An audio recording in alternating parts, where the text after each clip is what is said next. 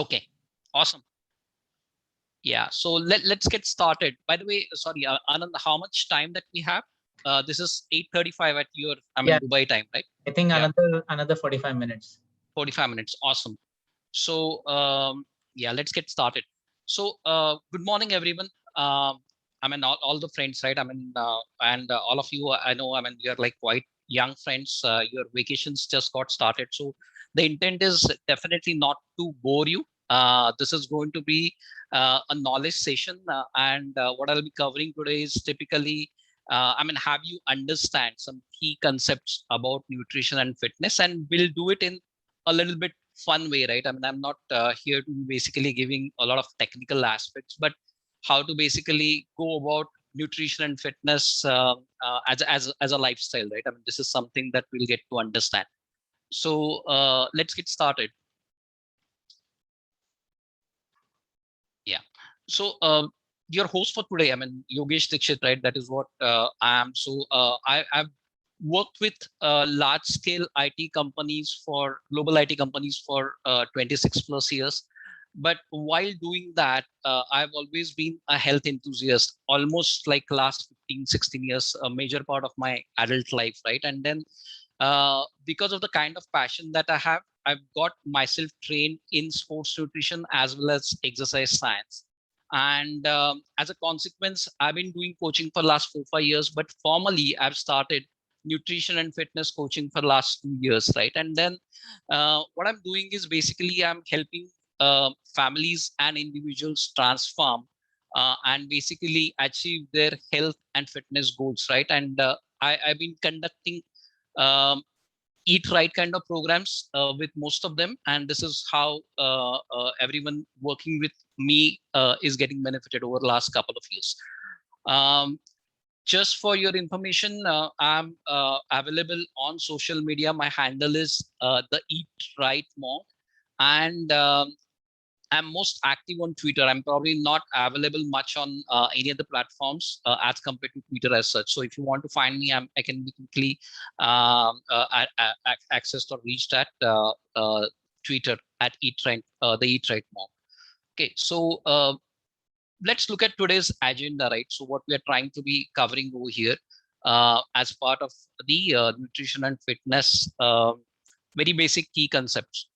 So the first and foremost that we'll look at is basically what is the ideal body weight. So there is like a lot of misconceptions, myths around that. There'll also good amount of formulas or maybe different notions, even scientific for that matter, or probably half scientific, I would say, not very scientific as such, which are available. So we get a little lost in basically getting to understand a lot, all of those. So we'll look at something which is very, very basic and kind of an tentative or indicative measure to understand what is ideal body weight. At the same time, what we'll look at, a majority of our time we'll be spending on understanding the tripod of health. And there are three legs to this particular tripods, obviously. So first is nutrition. The second one is exercise, stress, right? So which is something which either having a lot in terms of the stress or probably deprived of, which is probably the sleep, right? So that's another important leg of living a healthy lifestyle. And then we'll also take a sneak peek at what a celebrity has to say in terms of the food. And lastly, we'll take a look at the amazing transformation a very young boy who has achieved very recently. And I guess most of you would be knowing whom I'm talking about. So let's go forward. So this is basically this is basically a slide separator slide. So the intent is give you some insights about things which are not exactly associated with, let's say, the topic for today, which is nutrition and fitness, but there's indirectly a clue, right? Which is basically embedded in each one of these slide separators. I'll reveal, if you can get to understand, that will be great, but otherwise I'll reveal what I'm basically getting at towards the end of this particular session as such. But for starters, Zero Motorcycles is a US based motorcycle company, and which is considered as a Tesla of two-wheelers, right? So if you want, you can basically do some research on some of these slide separators and the kind of topics that I'll be covering. But the intent is definitely not to spend a lot of time or any time on these slide separator slides as such. So I'll move forward. Right. So most of you, I would say, must be acquainted with this recent incidents which happened during one of the post-match press conferences at the Euro Cup.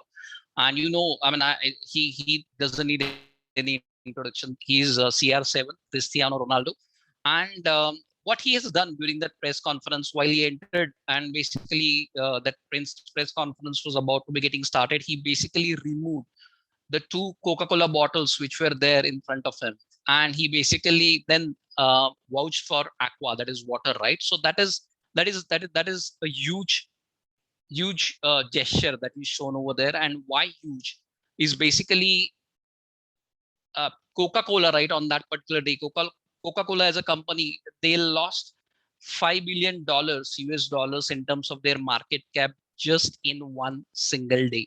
So that's a huge impact, just because someone like Cristiano Ronaldo vouched for water against Coca-Cola. And $5 billion, just to put that in the perspective, you must be knowing, you must have visited umpteen times the parks which are there in Dubai, like be it Legoland, be it Motion Gate, be it Bollywood Park, be it maybe Six Flags, all of that, right? I mean, they combined the combined revenue for all these parks are like $2 billion annual, right? So this is something that we are comparing what Coca-Cola has lost in one single day against what, let's say, most of these theme parks revenue on an annual basis, which is almost half of it. So that's the huge impact that Cristiano Ronaldo has by his 10-second act at that particular press conference. So what does that indicate, right? So basically, what it means is eating right is the most vital aspect for anyone's health and success, right? I mean, and this is coming straight from someone who's basically very popular across the globe and is very highly paid sports person as well. So someone at that level, that stature, right? I mean, he's able to take action and making sure that he's not advocating something which is absolutely incorrect from a nutrition standpoint for anyone, not just, let's say, a sports person, for any individual as such. And we should always be looking at some of these aspects, some of these stories, some of these basically traits and gestures which people at different levels exhibit, right? And this is very open. I mean, all of you must be following all your social media channels, be it Insta, be it YouTube, be it whatever other things, right? I mean, and these are already available in the open. So also, it's a very good habit to get an understanding about all these things which are happening and why some of these people are doing that, right? I mean, that will give you more than enough insight about what it takes to be on the right nutrition as such. Okay, so this is the next slide separator. He's the person who's basically made or achieved 100 international centuries, and that's a huge feat which is unbeaten for last almost 9 odd years. And people like maybe Virat Kohli is probably up in the, he's in the line. Not too sure when and whether he'll be able to achieve it, but that's a very big achievement. So um, he needs no introduction, right? I'm referring to Sachin Tendulkar. Most of you or many of you might be a huge fan of his, probably in the past. Yeah. So what we're discussing here, right? I mean, basically the underlying highlighted message over here is like, your fitness and your health is the real wealth that you possess, not anything else. I mean, not the kind of money someone makes or probably the kind of wealth that they're having. The underlying statement over here is like, please provide utmost attention to your fitness and health, right? And something which is very related, right? I mean, like I said, I'm active on Twitter. I keep on posting some of these things. So what I'm trying to say over here, right? I mean, this is one of the tweets that I posted some time back. So there are people who are having blood glucose or, let's say, blood pressure kind of issues, and then they're treated with those conditions, right? Someone is diabetic or someone is having let's say hypertension, right? And those are being referred as diseases.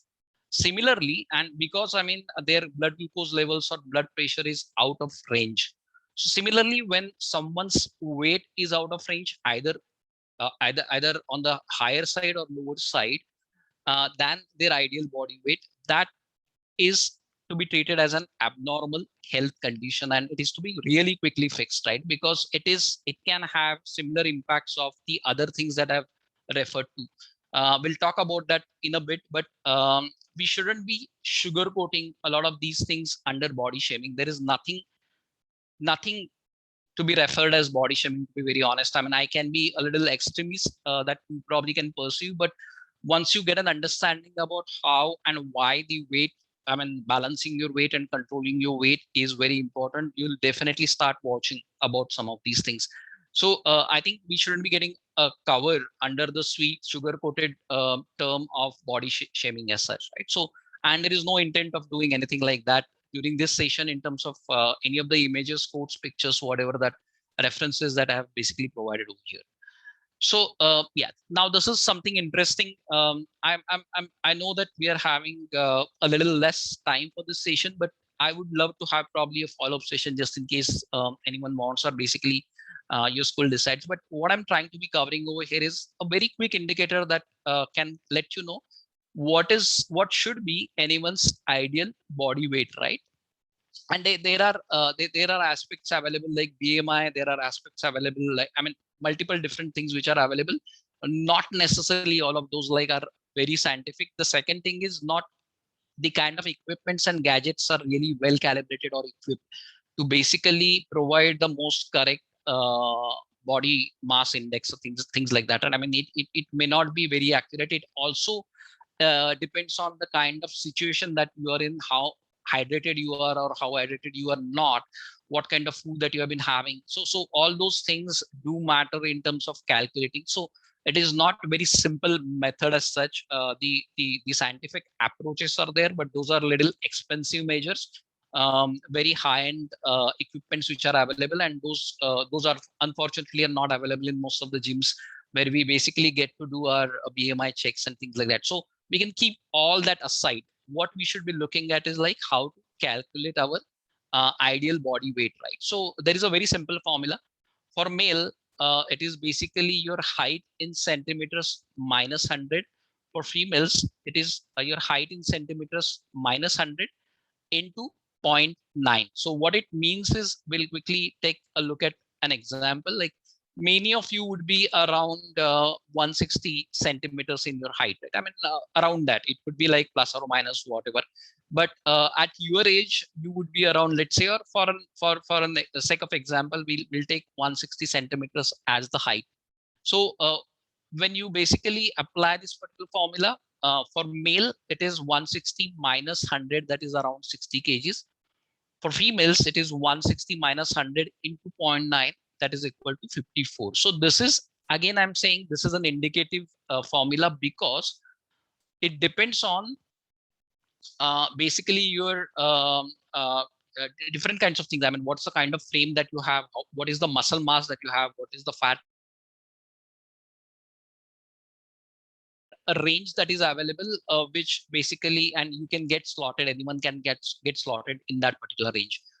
Coming back, what I want to emphasize over here is like this particular formula works for typically adults, right? I mean, we need to be looking at people at your age, kids and teenagers, right? I mean, differently. So for them, because they are yet to be basically completely grown up, right? In terms of bones, in terms of muscles, in terms of number of different things. So for them, I think it can be, or it probably is lesser than what is being indicated over here, right? So that is one particular thing that you wanted to get an understanding about. And what you can do is like you can basically do a quick check, do a quick math in terms of what should be your ideal body weight based on the kind of height that you are in centimeters. Okay, so I'll take probably a quick check. Am I audible? Are you able to see everything properly, Anand? Yes, Yogesh, all good. You can go ahead. Awesome. Yeah, so I'll move forward. So what we were discussing earlier, right? I mean, in terms of the weight. So what has happened over a period of time, all of us, including kids, have started having a lot more sedentary lifestyle. I mean, we are locked inside our homes. I mean, be choice, be it because of something else, but we are more, let's say, tuned into doing things at home than probably outside, right? And could be pandemic, could be number of things. I'll have probably a couple of more slides to be covered later on. But what happens? I mean, when we basically start leading this particular lifestyle, it obviously, I mean, there's no brainer, right? I mean, this is what happens. So basically, it leads to people becoming overweight, right? I mean, and it could be kids, it could be basically a quick reflection while they are during their teens, right? I mean, or can get basically build up and get they probably start gaining weight post they become probably mature adults and things like that.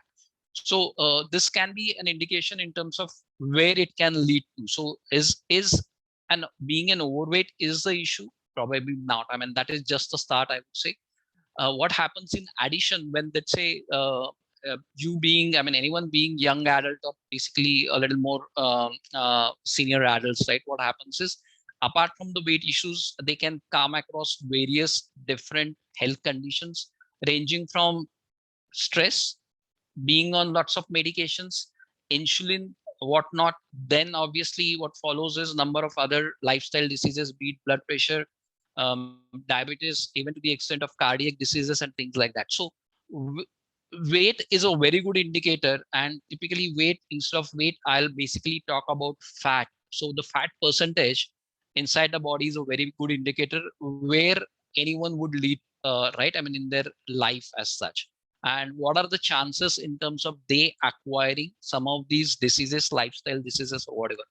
So this is what I think is very, very important to be registered in our mind, why we should be always very much providing a lot of care in terms of or attention in terms of controlling our weight as such.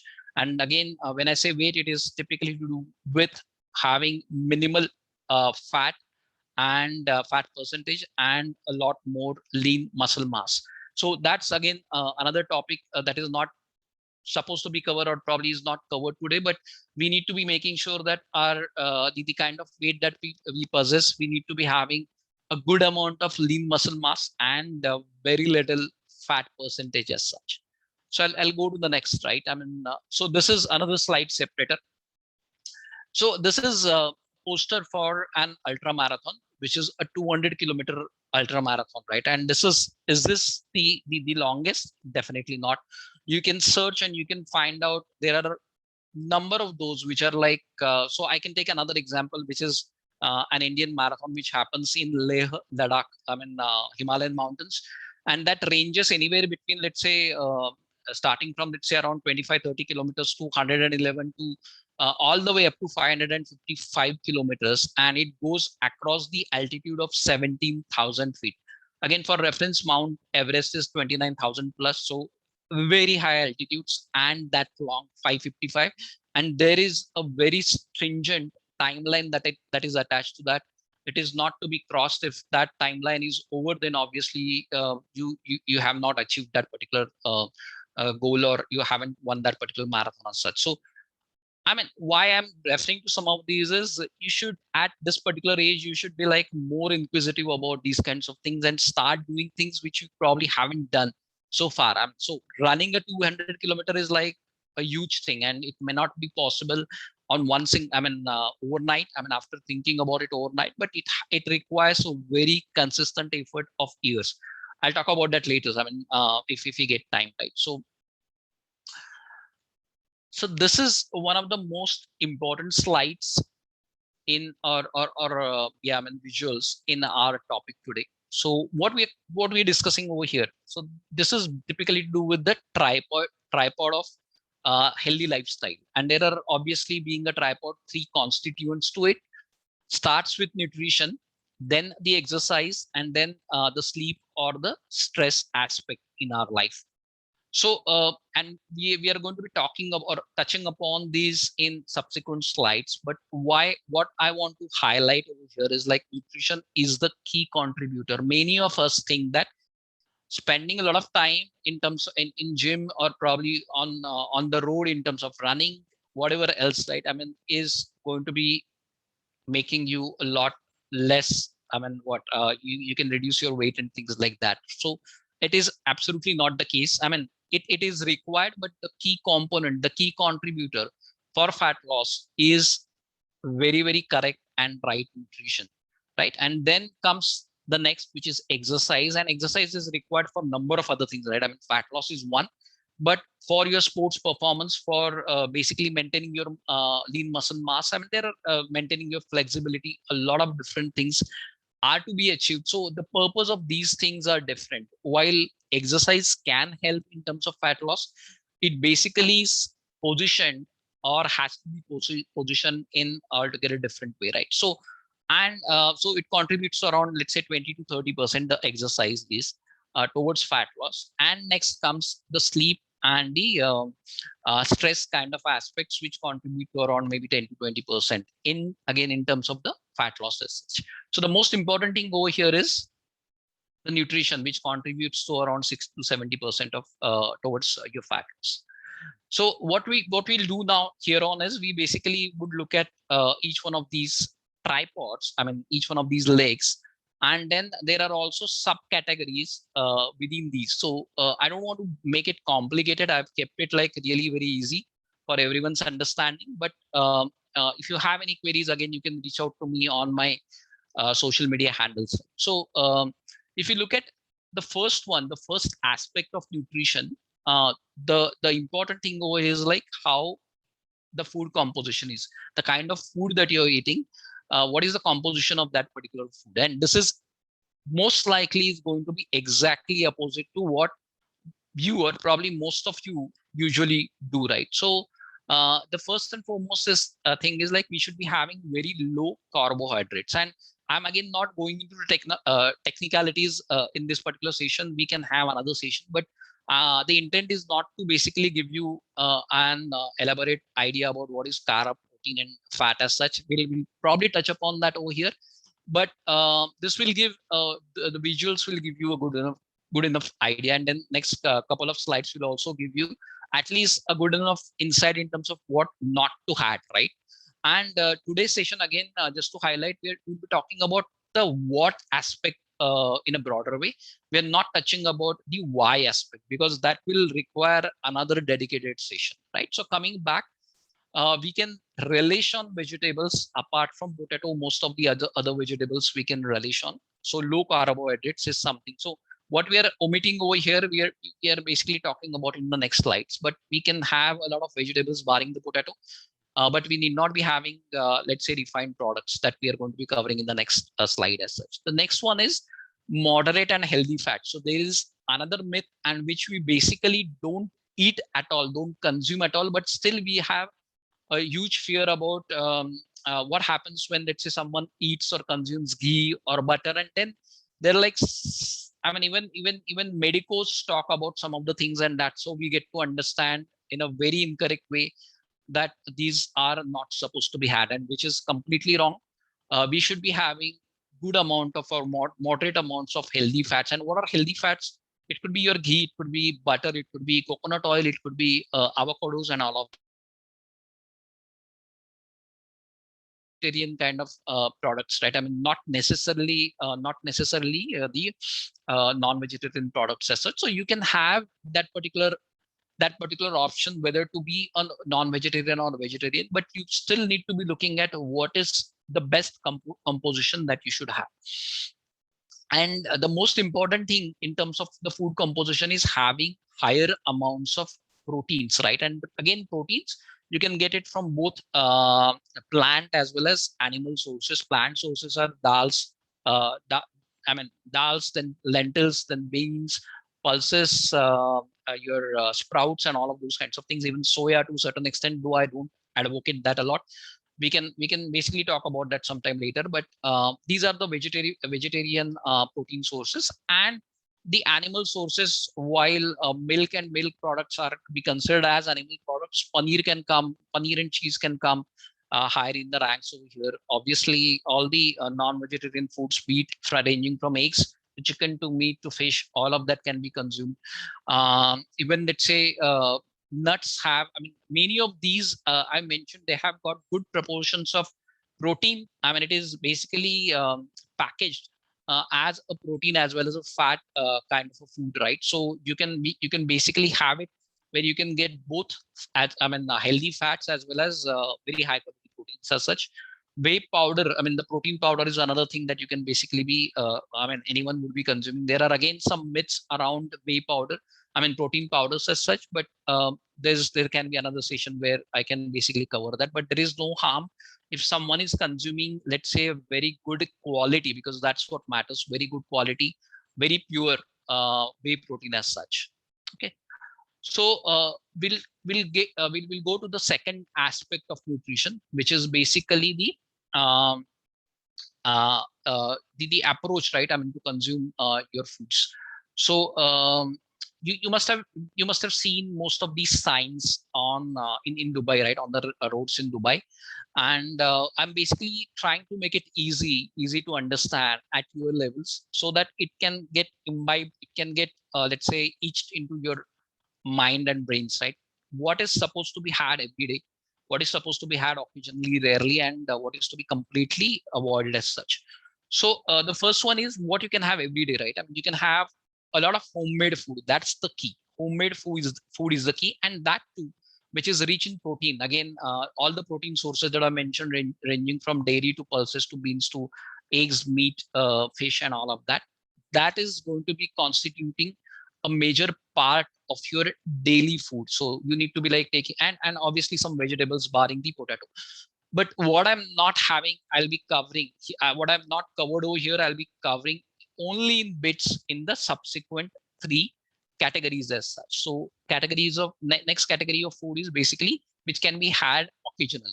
So occasionally, as in probably a couple of times. I mean, one maximum two times in a week. And this is typically what you can have your cheat meal, so-called cheat or treat meal, which can contain refined flours. And refined flours is ranging from, let's say, it could be wheat, rice, corn, anything for that matter, which is basically a grain flour as such. So that grain flour is really damaging. And again, we can talk about the whys of that sometime later, but this is to be completely avoided, or to be had probably just one or two times in a week as your treat meal. You should be looking at low fructose fruits. Now, what is fructose? Is basically a type of sugar which is available in fruits.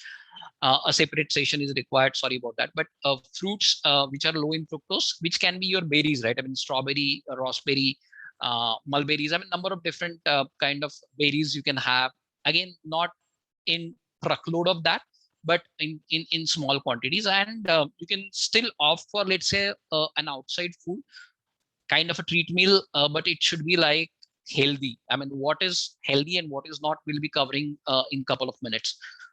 This is the third category, which is to be had rarely. And I can go on and on each one of these things, but we have a time limit. That's how I'm trying to basically encapsulate and yeah, we covering that in short bits. So this can be considered as a bump right on your road, that particular sign. And what does that mean is it has to be had in a seasonal or during any celebrations, event, festivities, and that happens probably once in a month or once in 2 months, right? So that should be the frequency, not anything more than that. I would rather say once in 2 months is a very good frequency to have some of these foods as rare foods, right? And what it covers is basically tiny quantities of sweets. I mean, you can basically relish on those, not relish, that's probably wrong connotation, but you can have in some bits those dessert sweets and uh, foods which are made up of refined flours. Could be gulab jamun, could be something else, right? I mean, you can possibly have fruits. People who work with me, I basically talk. I mean, this is something which is very close to my heart, and I probably spend maybe a minute, though I'm not planned for that. Mangoes is very close to everyone's heart, and this is something that I basically coach and teach everyone, that something which is, and at the same time, while it is very close to our heart, it is kind of having nutritious food. But when we overload that, it can become a lot damaging, because there is huge amount of fructose or the fruit sugar which is available in the mango, as compared to the tiny bits of nutrients which it is having. So people who work with me, I basically give them 3 options at the start of, let's say, month of April, right? And let's say the mango season is for maybe 6 odd weeks. So I basically give them um, 3 options, and there are only 3 options. The first option is, and who are having a good amount of journey to be covered in terms of their fat loss, right? I mean, and I have to be like, or we have to be, not I have to, you have to be a lot stringent. If your goal, if your priority is your health, if your priority is basically reducing the weight, the kind of weight that you're having, which is not ideal. So what you can do is basically, so the kind of options that I provide is, first, which is not to have any mango at all during those 6 week period, or probably for this particular season, and which is not very, very difficult. I mean, I haven't been having mango for last 4 years. Last year I had probably just 3 spoons, but otherwise I haven't had mango for last 4 years. The second one is have mango just once in that whole season, and the third, just one mango. The third one is, the third option is basically have one mango every week for 6 weeks and done deal. And there is no, absolutely no fourth option as such. So, I mean, do we really require that? I think we can talk to people who basically need that, and that basically becomes their priority. Look at Virat Kohli, look at maybe most of the other sports persons, right? And the kind of food habits or nutrition habits that they have. Like we already have seen for Cristiano, right? I mean, so and I'll be covering another aspect of that sometime later. So, and this is the fourth one, which is basically the foods not to be had at all, and it could be sugar in all forms. So the earlier example of sugar that I've given as a rare food, it can be probably in tiny bits, or you can replace that with some sugar substitutes like stevia, like erythritol, like monk fruit, and things like that.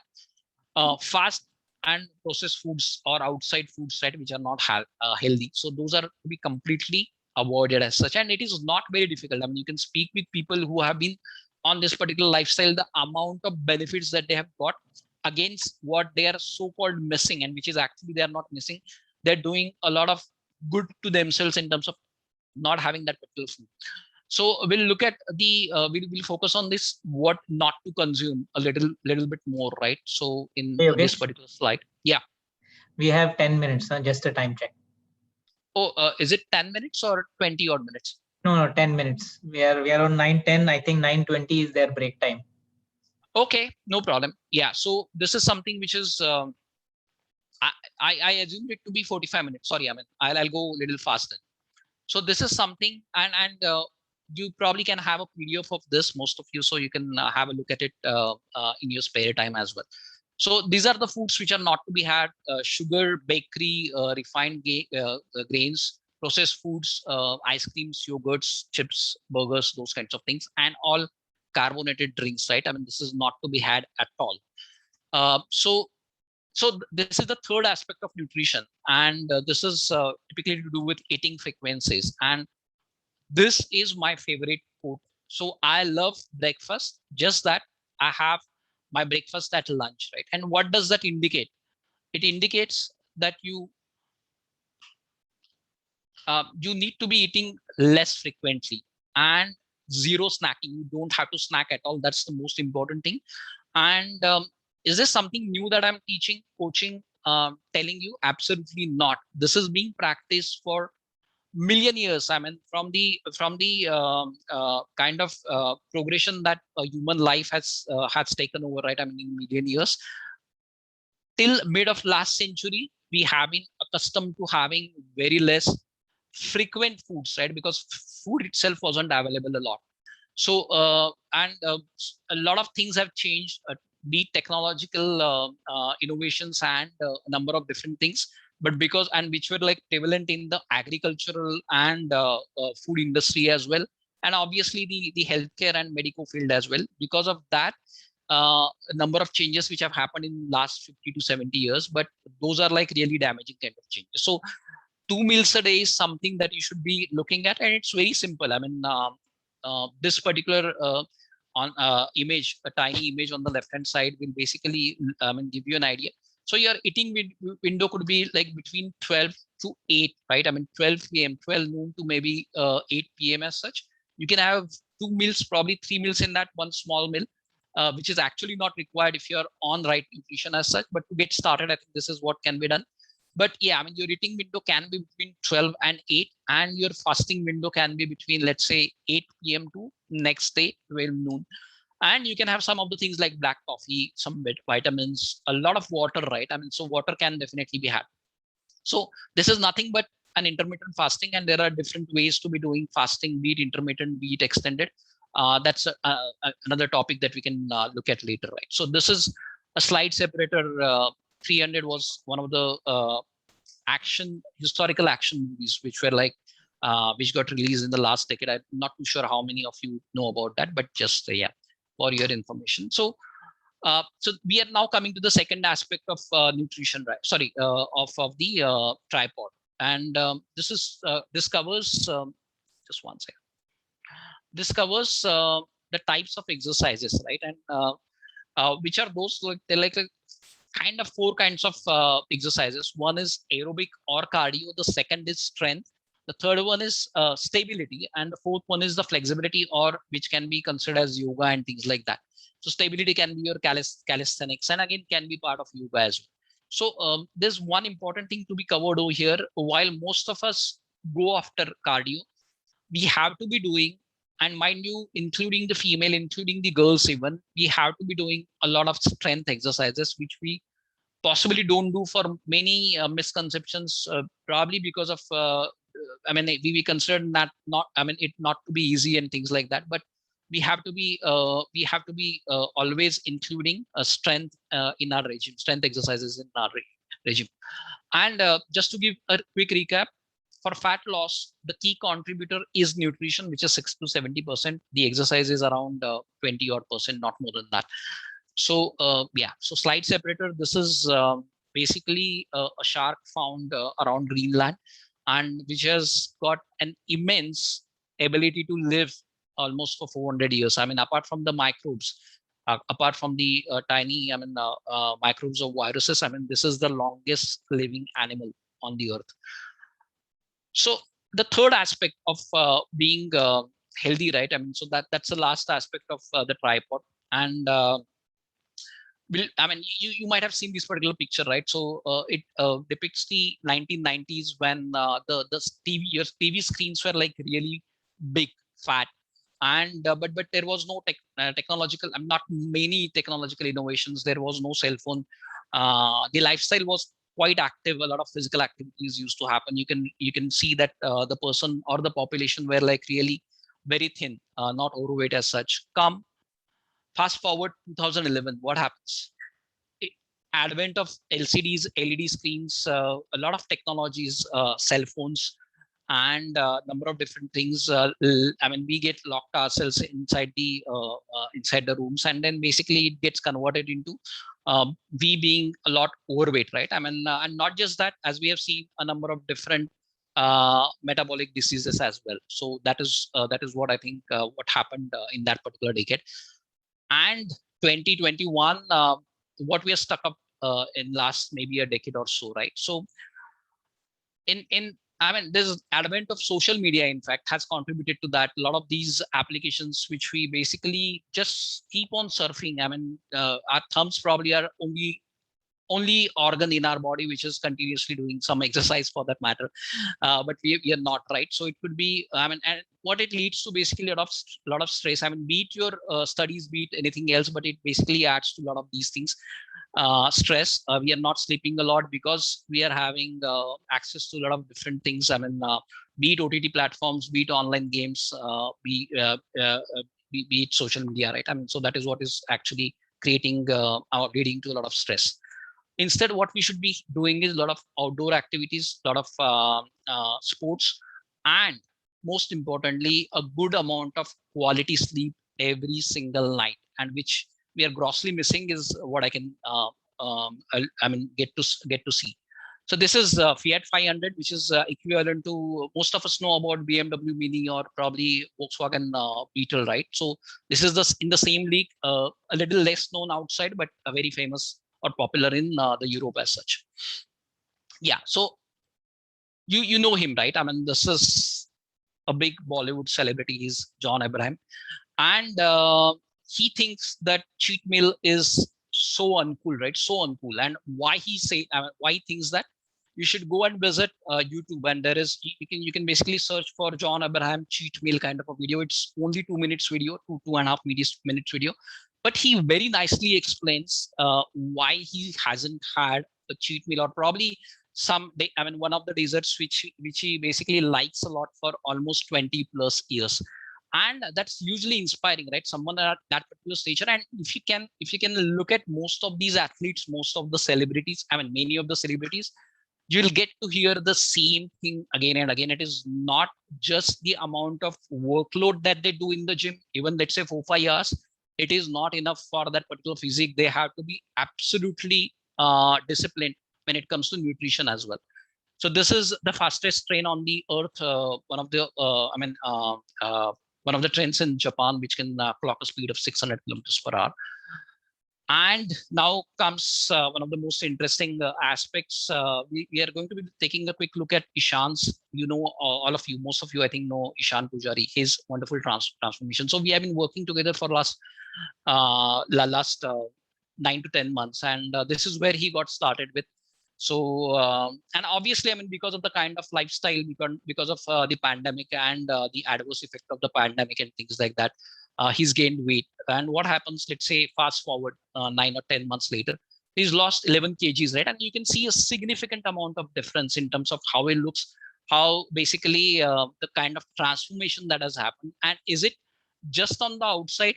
Absolutely not. If you look at, I mean, I'm not going through all of those, but his sports performance, right, over last 6 to 8 months have been phenomenally increased. Be it cycling, be it running, be it Surya Namaskars, be it staircases, abs, crunches, and obviously the intermittent fasting. So it is a lot to do with, I mean, why he can achieve that. Obviously with the weight lost, but also the most important thing is the correct nutrition, or the right nutrition that he's on. So and coming back, this is kind of an I mean, I'm going to be revealing what we have been discussing all this while, right? So these are what, I mean, we have discussed, or we have looked at all this while.